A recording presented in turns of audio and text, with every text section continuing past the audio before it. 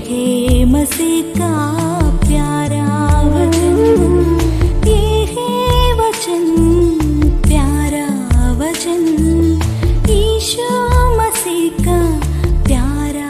परमेश्वर के धन्य नाम की महिमा हो। प्रभात मनन के सत्र 1802 में आप सभी का बहुत ही विनम्रता के साथ स्वागत करता हूँ। आइए आज के मनन के लिए हम पढ़ते हैं इब्रानी अध्याय 2 पद 18। क्योंकि जब उसने परीक्षा की दशा में दुख उठाया तो वह उनकी भी सहायता कर सकता है जिनकी परीक्षा होती है। बीते दिनों में हम उन दो गुणों की चर्चा कर रहे थे जो एक महायाजक में अनिवार्य रूप में होना चाहिए।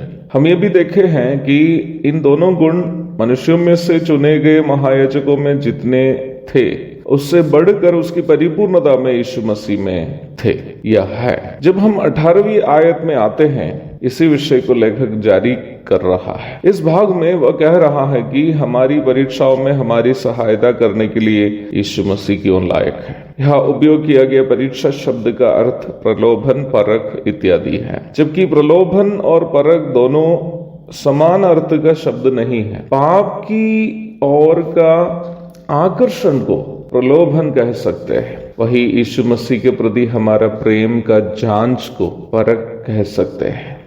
पोतीफर की पत्नी के द्वारा यूसुफ ने जो सामना किया था वो प्रलोभन था, वही अय्यूब ने जो अपने जीवन में सहा था परख था। एक विश्वासी के जीवन में ये दोनों अनुभव नियमित रूप में होते रहता है। प्रभु यीशु मसीह का इस प्रस्ताव का कि संसार में तुम्हें क्लेश होता है, मतलब भी वास्तव में यही है। यूहन्ना 16:33। हम विश्वासियों के लिए ये आसान बात नहीं है कि प्रतिदिन हम प्रलोभनों एवं परीक्षाओं का सामना करते हुए उस पर जीत प्राप्त करते रहे। इसलिए ही प्रभु ने जब प्रेरितों को प्रार्थना करने के लिए सिखाया, उन्होंने यह भी प्रार्थना करने के लिए उन्हें आज्ञा दी, उन्हें सिखाया कि हमें परीक्षा में ना ला परंतु बुराई से बचा।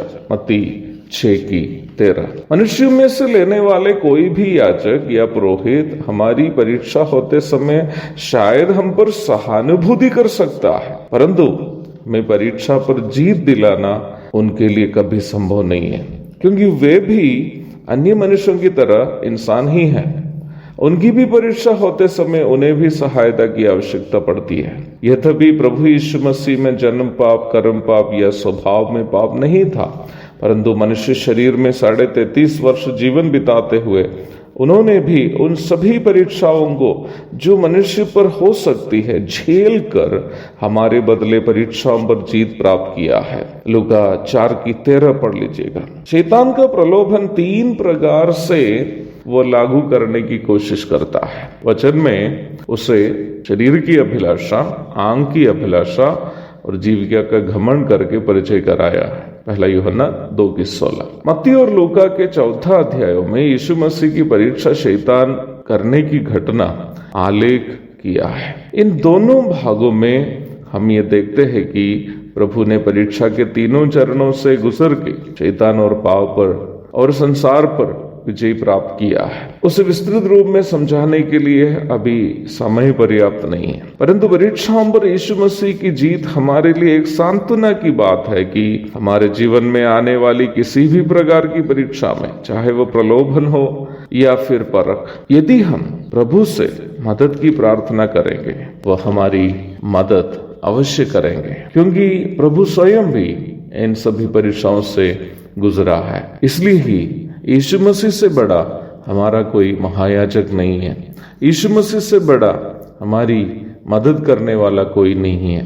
वास्तव में वर्तमान संसार में भी कई तथाकथित कलीसियाओं में पुरोहित लोग कलीसिया के सदस्यों के और प्रभु के बीच में रहकर विश्वासियों को पाप पर जीत प्राप्त करने की मदद करने का बहाना करते हुए हम देखते हैं। लेकिन मैं आपसे बहुत ही स्पष्ट रूप में कहना चाहता हूँ, इस संसार का कोई भी पुरोहित, इस संसार का कोई भी याजक हमें परीक्षाओं में जीत नहीं दिला सकता, परंतु यीशु मसीह दिला सकता है। यीशु मसीह वो सिद्ध महायाजक है, वो श्रेष्ठ महायाजक है जो खुद मनुष्य बन करके मनुष्य के जीवन में आने वाले सभी प्रलोभन और परीक्षाओं को, परख को झेल कर उस पर जीत प्राप्त करते हुए हमारे लिए एक सहायक के रूप में हमारे सामने खड़ा है, मदद चाहते हुए उनके शरणागत आने वाले किसी भी व्यक्ति को मदद करने के लिए वो तैयार है। इसलिए हम हर एक मानसिक पुरोहितों को छोड़ करके हमारा श्रेष्ठ पुरोहित यीशु मसीह के शरणागत हो जाएंगे। हम उनसे मदद मांगेंगे, प्रभु मैं एक दुर्बल इंसान हूँ, मेरे पास ये ताकत नहीं है, मुझ में ये शक्ति नहीं है कि मैं प्रलोभनों और परख पर जीत प्राप्त करें। आप मुझे अनुग्रह देना, आप मुझे सामर्थ्य देना प्रभु, ताकि मैं परीक्षाओं पर जीत प्राप्त कर सकूं। एक और शुभ दिन की धन्य कामनाओं के साथ आज के मनन में यहाँ समाप्त करता हूँ। प्रभु आप सबको आशीष दे, आमीन।